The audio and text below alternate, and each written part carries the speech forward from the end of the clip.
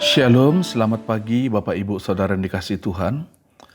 Renungan firman Tuhan pada pagi hari ini berjudul Manusia Allah. 1 Timotius 6 ayat 11. Tetapi engkau, hai manusia Allah, jauhilah semuanya itu. Kejarlah keadilan, ibadah, kesetiaan, kasih, kesabaran, dan kelembutan. Sangat menarik melihat cara Paulus menutup suratnya kepada Timotius. Pada perikop terakhir dari suratnya itu, Paulus menyebut Timotius sebagai manusia Allah. Apakah yang dimaksud dengan manusia Allah? Dalam Perjanjian Lama, kata manusia Allah ini sama dengan kata abdi Allah. Suatu gelar yang mulia dan sangat terhormat, gelar untuk seseorang yang dipanggil secara khusus, atau seseorang yang dikhususkan untuk melayani Allah. Misalnya ia dipanggil menjadi seorang nazir Allah atau menjadi nabi Allah. Artinya gelar ini hanya untuk orang-orang tertentu saja. Misalnya Ulangan 33 ayat 1, Musa disebut sebagai manusia Allah jika kita melihat dalam terjemahan aslinya. 1 Samuel 9 ayat ke-6, Nabi Samuel juga disebut sebagai manusia Allah. Secara harafiah, istilah manusia Allah ini berarti manusia dari Allah. Orangnya Allah atau orang yang berpihak kepada Allah dan juga miliknya Allah. Jadi dapat kita simpulkan bahwa manusia Allah adalah orang yang datang dari Allah. Ia kepunyaan Allah atau bukan milik dunia lagi, dan orang yang hidupnya untuk melaksanakan perintah Allah atau memuliakan Allah. Jika gelar manusia Allah di dalam Perjanjian Lama ditujukan hanya kepada beberapa orang saja atau orang-orang tertentu saja, di dalam Perjanjian Baru, istilah manusia Allah ini merujuk kepada semua orang-orang yang sudah lahir baru, orang-orang yang menjadi miliknya Allah. Jadi gelar manusia Allah bagi kita itu menunjukkan status, posisi, dan juga tugas kita sebagai warga kerajaan sorga. Hal ini sangat paralel dengan apa yang Rasul Petrus tulis di dalam 1 Petrus 2 ayat 9 yang berbunyi, tetapi kamulah bangsa yang terpilih, imamat yang rajani, bangsa yang kudus, umat kepunyaan Allah sendiri, supaya kamu memberitakan perbuatan-perbuatan yang besar dari Dia yang telah memanggil kamu keluar dari kegelapan kepada terangnya yang ajaib. Jadi apa yang menjadi arti maksud dari manusia Allah? Sungguh semuanya ada tertera di dalam kalimat atau firman Tuhan yang dituliskan oleh Rasul Petrus ini. Ketika sebutan manusia Allah ini dipakaikan Paulus kepada Timotius, ialah untuk menunjukkan bahwa ia adalah abdi Allah atau manusia yang dimiliki Allah. Ini juga menegaskan tugas dan tujuan Timotius sebagai milik Allah. Beberapa hal yang sangat penting yang perlu kita perhatikan ketika Rasul Paulus memberikan gelar manusia Allah ini kepada Timotius. Yang pertama, Paulus berkata, jauhilah.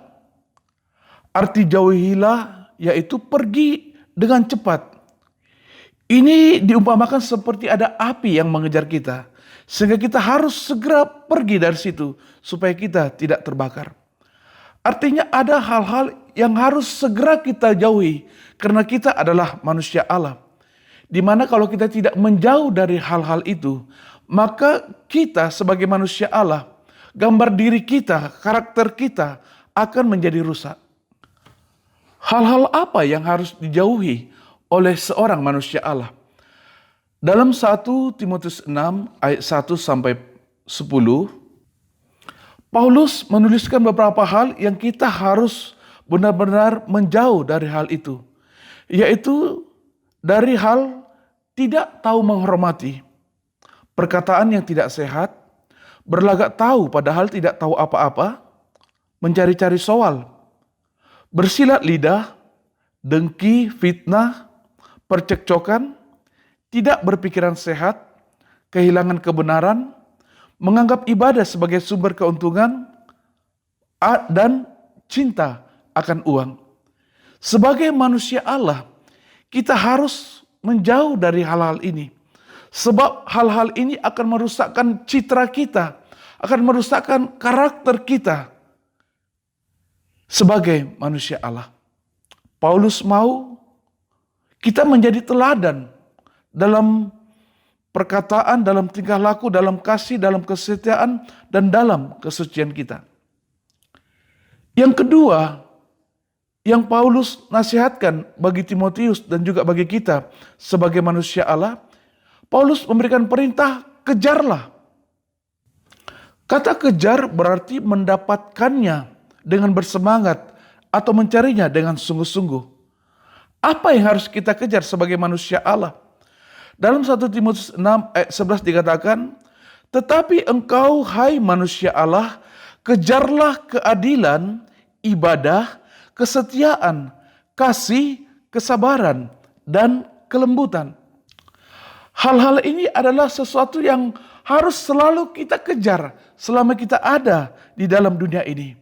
Sebab ketika kita bertekun untuk mengejar hal-hal ini, saudaraku, ini merupakan sebuah bentuk proses pembentukan kita menjadi sama seperti Kristus.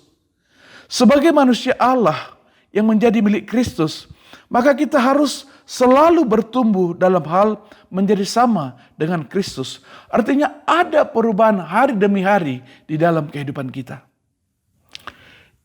Yang ketiga, Paulus juga menekankan, memerintahkan bertandinglah. 1 Timotius 6 ayat 12 dikatakan, bertandinglah dalam pertandingan iman yang benar dan rebutlah hidup yang kekal. Untuk itulah engkau telah dipanggil dan telah engkau ikrarkan ikrar yang benar di depan banyak saksi. Kita harus bertanding, saudara. Kita harus berjuang untuk tetap berjalan, berdiri di dalam iman yang benar. Sebab hanya iman yang benarlah yang pada akhirnya akan membuat kita dapat merebut kehidupan yang kekal. Jadi ini adalah pertandingan yang benar-benar harus kita perhatikan. Kita harus serius di dalamnya dan kita harus sungguh-sungguh di dalamnya. Sebab ini menentukan bagaimana kita di kekekalan nantinya. Kesimpulan dari firman Tuhan pada pagi hari ini, sebagai manusia Allah, kita harus memahami dengan baik bahwa kita berasal dari Allah. Kita adalah milik Allah. Bahkan kita juga adalah sebagai pelaksana rencana Allah di dunia ini. Itu sebabnya saudaraku, kita harus semakin menjauh dari segala hal yang dapat merusak, mencemarkan kehidupan kita. Kita harus mengalami proses pertumbuhan dalam hal menjadi sama seperti Kristus. Dan kita harus benar-benar menyadari bahwa kita adalah untuk mengerjakan pekerjaan-pekerjaan Allah yang sudah Allah persiapkan sebelum dunia ini diciptakan. Wow, begitu luar biasanya ketika hidup kita ada di dalam tangan Tuhan. Puji Tuhan, saudaraku, Tuhan Yesus memberkati. Mari kita berdoa. Kami bersyukur Tuhan buat anugerah-Mu yang sungguh luar biasa dalam hidup kami. Kami adalah milik kepunyaan-Mu. Bahkan kami menjadi tubuh-Mu untuk menyatakan kemuliaan-Mu di tengah dunia ini. Bapa, berkati setiap umat-Mu yang sudah mendengarkan firman-Mu, memberkati kehidupan mereka, dan menjadikan mereka terang di tengah dunia yang gelap ini. Terima kasih Bapa yang baik. Dalam nama Tuhan Yesus Kristus, kami berdoa dan mengucap syukur. Haleluya. Puji Tuhan, selamat pagi. Tuhan Yesus memberkati kita semua. Haleluya.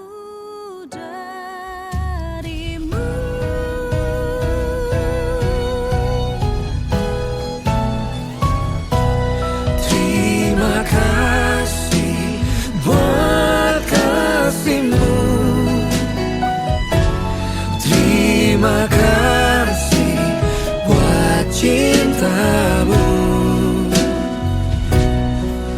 Ku tak mau